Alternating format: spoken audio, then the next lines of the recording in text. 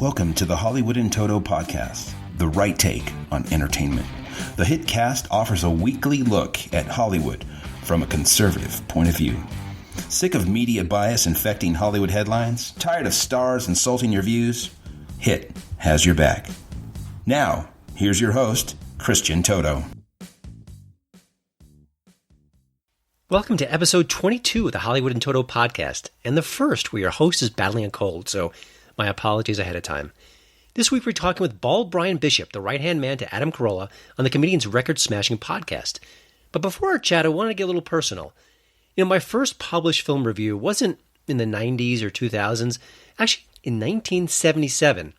It came when a local paper published my review of Close Encounters of the Third Kind. Now, I did the artwork for the review, so I'm kind of proud of that as well, but they got my name wrong. They misspelled it, but such is life. But I really enjoyed it. It was kind of a thrill, and of course it took about 20 or so years for me to actually repeat that process, but I did get involved with movie reviewing later in life. When I first did, at the Pittsburgh Tribune Review initially, and then the Washington Times, I really didn't enter the business to be a conservative film critic. I just wanted to be a film critic. I love movies. I wanted to share my point of view, wanted to kind of sound off when I was angry about a movie and kind of celebrate when I was joyous about a movie. And that was more or less it. I really wasn't a political guy. And frankly, the business wasn't as political as it is right now. I think part of that changed after 9/11. I know I changed after 9/11. I saw how both the left and the right reacted to that horrible event. And it changed me. I mean, it made me much more political, much more active, much more motivated, and much more aware of what was going on within the industry. And I think not just that, but also the effect that George Bush's presidency had on both Hollywood and on the media itself. I think that kind of kick-started an evolution in what we see in entertainment, and also we see in the folks who cover entertainment. Things changed. And I think slowly I started to change too. I'm not the first person who changed after 9/11.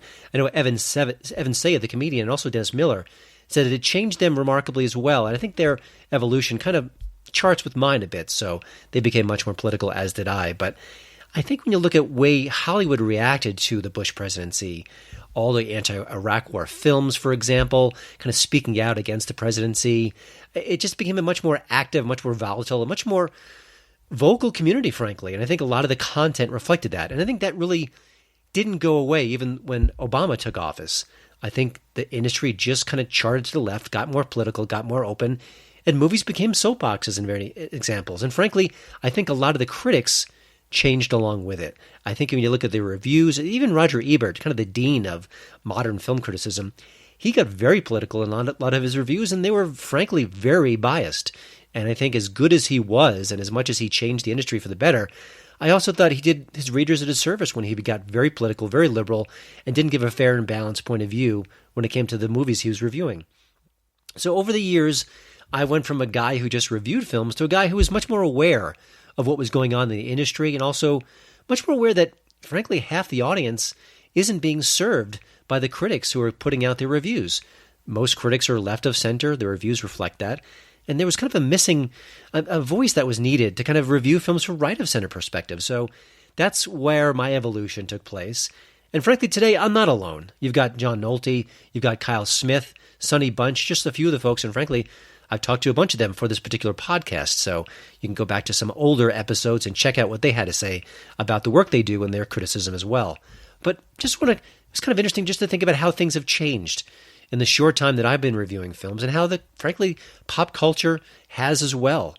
So, I could sort of play things neutral and kind of review films straight and narrow and acknowledge things from a perspective that, frankly, a lot of critics should do, but often don't. But the bottom line is that today's liberal film critics use their ideology like a cudgel. And I have to say, I want to fight back. It's what I do here. It's what I do at HollywoodandToto.com. And I'm going to keep on keeping on because, frankly, I don't think anything's going to change. I think it's going to get more intense. And hopefully folks like me and Sonny Bunch and Kyle Smith and John Nolte will keep fighting the good fight and make things a little bit more fair, make a more balanced playing field. You're listening to the Hollywood in Toto podcast, the right take on entertainment. This week's HiT Tip of the Week is the latest documentary from an unexpected source. We're about to talk to Bryan Bishop about his work, his podcast, and of course his boss, Adam Carolla. So I want to give a little shout out to Carolla himself. Kind of an unexpected maneuver from him was getting involved with documentary filmmaking. I mean, he's a podcaster, he's a comedian, he's done a lot of TV, so we expect all of that, but documentary filmmaker? Seems like a weird transition, but he's actually done it quite well. His first film was Winning: The Racing Life of Paul Newman, a really clever look at the actor from a different point of view, something we haven't seen quite as much as his acting legacy. But his second film was The 24-Hour War, and that was just added to the Amazon Prime service. Frankly, I think it's even better than the Winning documentary, and it's not just for gearheads either. The film captures the long-running battle between Ford and Ferrari for motorsport supremacy. It's got some really great anecdotes. He seems to really get all the right people to tell his story the best way possible. And it's a really intriguing narrative, too. I got to say, I'm not a car guy at all, and I was intrigued by it. So I think if I am, I think you will be, too. And especially if you enjoy cars, especially racing. My goodness, this is going to be catnip for you. So it's called The 24-Hour War. You can watch it a bunch of different ways, but probably the best way right now is Amazon Prime.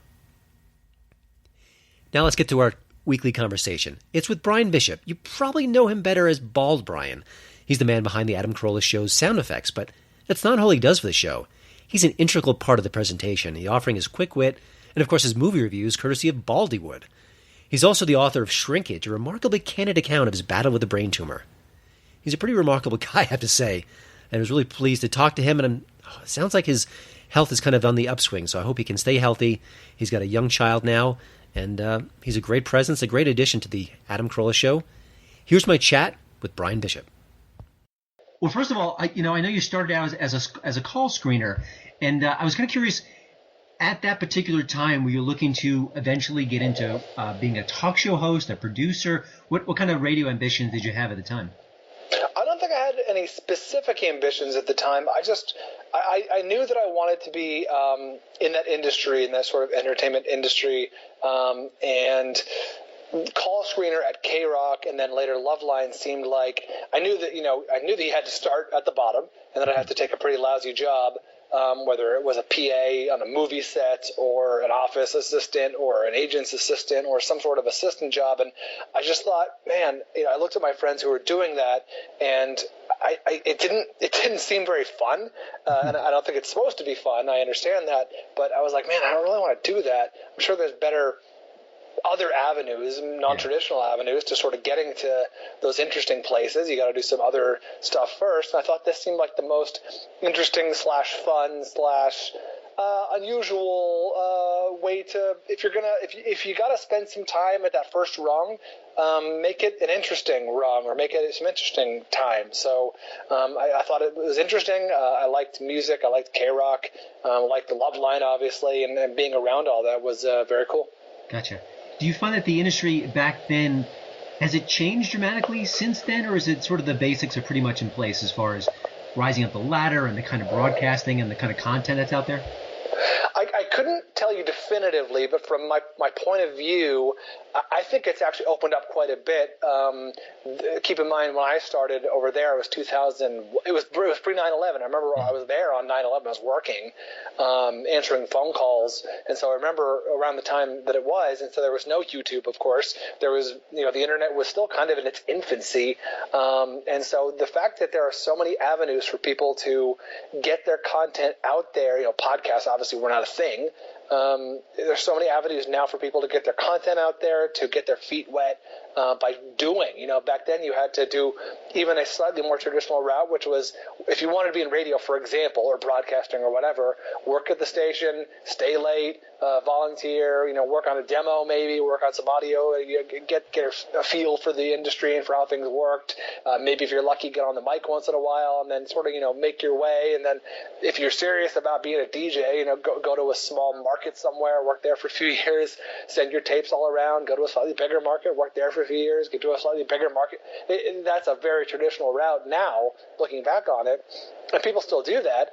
But with the internet being what it is, and YouTube and iTunes and podcasting, there's just so many more avenues and routes for getting your stuff, not just getting your stuff out there, but also getting reps, getting behind a microphone back then was hard. Like just, finding the studio time. Like if I wanted to, I never actually got any studio time at K-Rock, to hone my craft, as it were. I had to wait until I was the call screener at Loveline, and then once the show ended at midnight and everyone cleared out, me and one of the other guys there, Anderson, the engineer, hopped in the studio and did a pretend radio show over and over again. And I like to think that we got a little better for when we started, but that was our version of of single A baseball. Gotcha.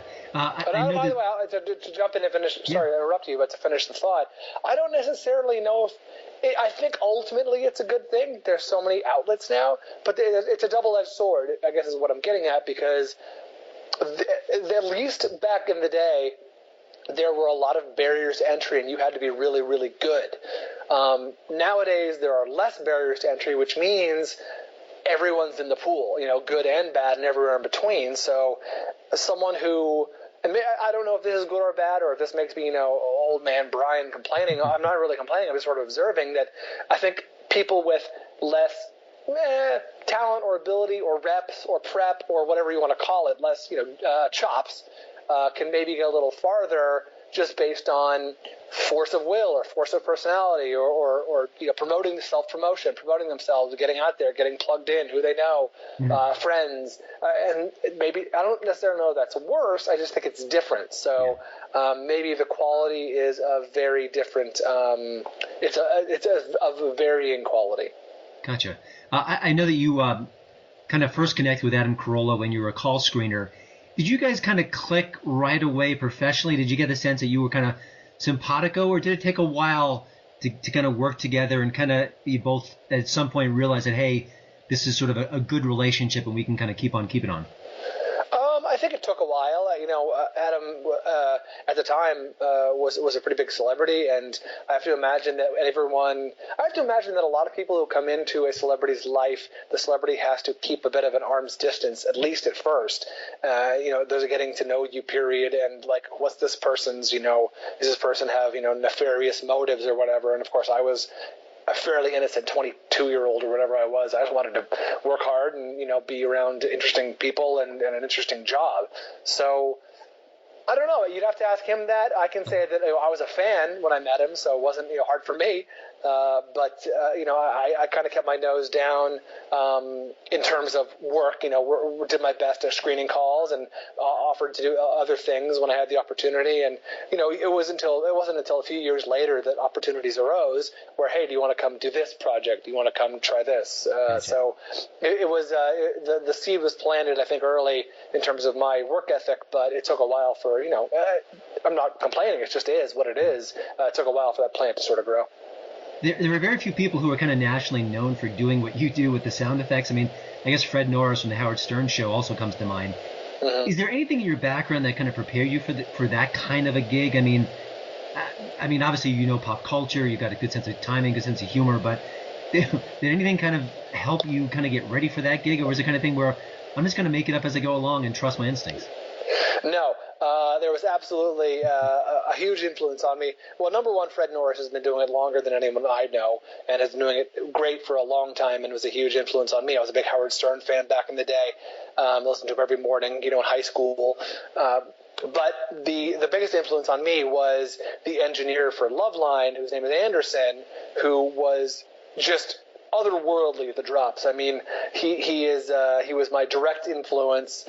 I liked him as much as I liked Adam when I was a listener of the show, starting in high school and on through college and things, through that whole time.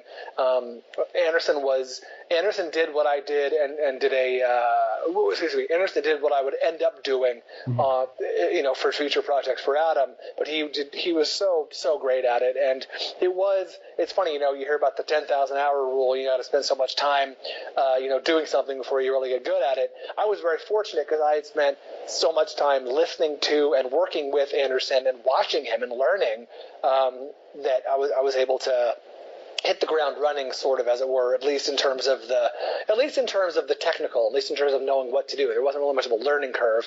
I kind of knew what to do, and then hopefully my sense of humor or whatever you want to call it took over. But Anderson from Loveline was my biggest influence. One of the things that's great about the Adam Carolla show now is that you had really big guests in the show, eclectic guests, really legends in the industry. I'm kind of curious, as someone who's working with them and asking them questions and kind of being there, have there been any stars recently or even in the past where they really were very different than you expected? They're sort of their persona was much different than actually the real person who's in the studio? I think the one that sticks out to me the most, I don't know how well you know the show. I assume you know the show pretty well. Yeah. Larry Miller, who's a frequent guest, is just the sweetest guy. And I'd only known him from his movie roles, Pretty Woman and The Nutty Professor and all those types of roles where Larry plays a very smarmy jerk, and he does it so well, but he's the sweetest guy off the air. Or even on the air, he's not acting. He's a sweet, sweet fellow. Mm-hmm. And that really took me by surprise, and I'm glad to say that I can call him friend now because he's a really nice guy. In addition to that, the one that always sticks out to me, I remember, was we did a live show with Gilbert Gottfried, and Gilbert was there before the show in the green room, and I showed up, and I'd never met him before, and we all know Gilbert from the roasts and from just his persona. He's very bombastic and outrageous and loud and funny. I love Gilbert Gottfried. And I walked in the green room and I'm like, oh, hey, nice to meet you. I'm a big fan. And he was the sweetest, most demure, quiet guy. He's like, oh, thanks a lot. I appreciate that. And it was just so funny seeing this, this personality coming out of this person who I thought I knew so well, but obviously all he knew his public persona, stage persona, if you will. And he's a really sweet, reserved, nice guy. And I feel like I met him right around the time the Affleck thing was kind of blowing up, and they kind of let him go. I think that was right around when it was. And he was almost like shy and embarrassed about it. He's like, oh, geez, that whole thing. Like, it was just so funny to see this bombastic guy who was just almost shy and sweet. Mm-hmm. Gina Grad has been such a good addition to the show. I think she fit in kind of pretty neatly right away. I was kind of curious, I think fans of the Adam Carolla show really took Allison Rosen's departure by heart.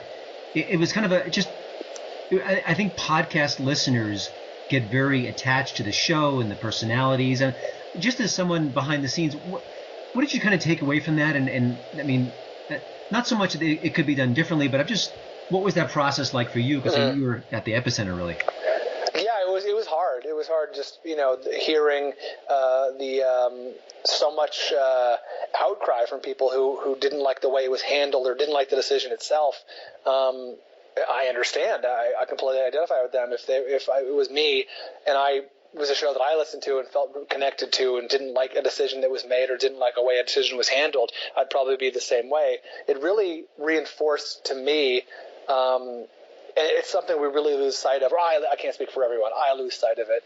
But it really reinforced and reminded me that, like, podcasting specifically is so personal and so intimate. We are literally inside your ears for the most part. You're listening to us on earbuds, or you're listening to us in your car and we're the only person with you, or you're listening to us at the gym and no one else can hear. You're listening, it feels like you're being let into our lives. And you really are, especially with our show. And I have to imagine most shows that are like ours, we're not doing characters and we're not doing bits and made up, stories. Like, we're talking about things that actually happen in our lives, good and bad, tragic and triumphant. And so it kind of reminds me, like, oh yeah, like, people are invested in the reality of all of this, not in the show aspect, not even so much in the comedy. I mean, obviously that's what they come for, but I like to feel the hardcore fans, the people that really love the show, love it. I mean, there's all sorts of funny shows out there. I'm sure there's many shows that are funnier than ours or just as funny, and I think the reason people stick around is because they like us, I have to imagine. Otherwise, there's plenty of shows out there that are funny. That's right. I think as fans, I kind of always like to kind of take people behind the scenes when I talk to actors and directors. What's it like on the set? For you and the show, take us behind the scenes of the podcast. What might surprise us about the process? Is it the prep work? Is it sort of the things that go wrong before you hit record? What's sort of the behind the scenes peek at the show that maybe would kind of intrigue fans? I think the thing that would surprise people the most is the opposite of what you're talking about, which is how little prep goes into it. There's plenty of prep that goes into it from the production side. Gary, our producer, and Dawson, Mike Dawson, our voice guy, who does a lot of imaging for us. Those guys bust their ass and get a lot of great, audio and intros and research on the guests and all that sort of stuff. So I don't want to say that no prep goes into it, but from Adam's perspective and mine, luckily, fortunately, I should say, and Gina's outside of the news, and Gina does a lot of prep for the news, but otherwise, we don't script anything, we don't prep a lot, we don't say, hey, I'm going to talk about this, so you have this point of view ready. Like, there's not a lot. Like, getting a natural reaction on the air is a big deal, and I think we strive for that. We don't do production meetings for the most part. I mean, we do meet about things and talk about things a lot, but there's not a lot of formal prep, at least amongst the entire staff. And how I think you'd be shocked at how little is edited out of the show, how little is cut for whatever reason. Like it's for all intents and purposes live to tape. It's what you hear is 98.5% what happens on the air. Close enough. I know in recent months that Adam's been pretty critical of the media. I think even Dr. Drew Pinsky has been sort of sharp on the subject. I'm kind of curious, given you get a chance to participate in these discussions and you're kind of witness how the press reacts to your show as opposed to maybe the reality of it. Do you feel a little more pessimistic or cynical about the press these days, or what's your perspective? Because I think Adam's pretty vocal about it, but I don't know if you get as much chance to kind of weigh in on that issue. Well, if you wouldn't mind doing me a favor, can you give me a specific example or because it's kind of a nebulous question. I don't have thoughts on the press per se, I guess. Well, I guess sort of like, when Adam said that he thought that women weren't funny, but actually it was much more specific and sort of taking quotes out of context or kind of spinning things that maybe are unfair, like the Gavin Newsom situation. I don't know if the press really kind of chronicled that in a very accurate way. That's a good point. Both of those are examples.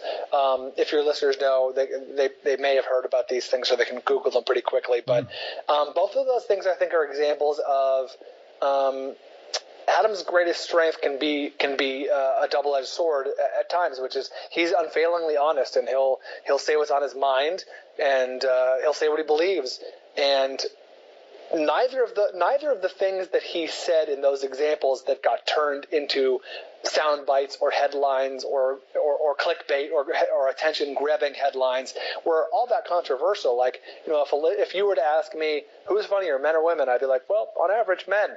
But it gets turned in. I mean, I can see how a writer or an editor or someone at a website would be like, oh, that's a great headline. Adam Carolla says men are funnier than women, or women aren't funny, or whatever iteration of that you want, which is really unfortunate because it's an interesting, controversial point of view that can be debated. You can turn that into an interesting debate, like who is funnier, men or women, or even more interesting, going down that rabbit hole, like why don't more women go into comedy? That's a legitimate question, and then when no one can question the ethics of that, or what am I trying to say? No one can question the validity of that question or of that reasoning. The fact is more men go into comedy than women do.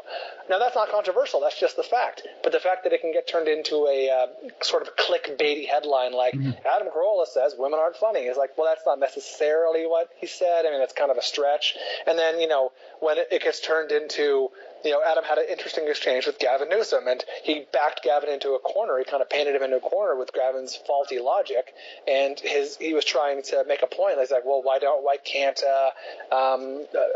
Mexican immigrants, why don't they have bank accounts? And he's like, and Gavin's like, well, they just don't. And Adam's like, well, now he sees a sort of a faulty point of view, and he's like, well, why not? What's wrong with them? Are they flawed?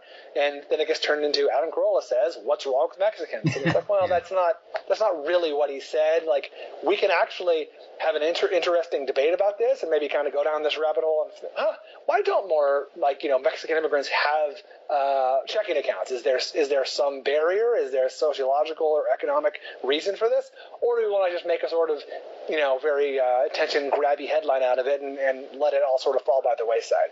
And that's obviously what most people want, is just the quick, easy, reactionary headline, which is unfortunate. But the way Adam thinks and talks sometimes gets him into trouble with those attention-grabby headline writers. Yeah.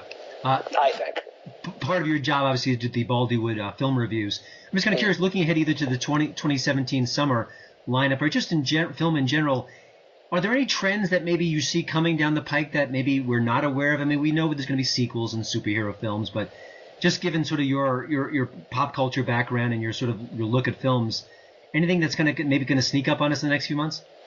Well, I can't tell you specifically because I am about to start my research for the big Film Vault Summer Preview Edition, and I don't have any idea what's coming out in the summer until I start doing my research. I have a 6-month-old baby, so I'm not quite so up to date on the movies that are months down the road.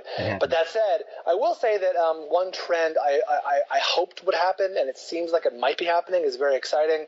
I've grown weary of a lot of the Marvel superhero movies, the tentpole giant Avenger movies where maybe it's just me, although I hope it's not. I feel like audiences are going a little bit weary of, all right, we're doing this again. This is essentially the same movie. There's no stakes. Nothing's happening. This is for children.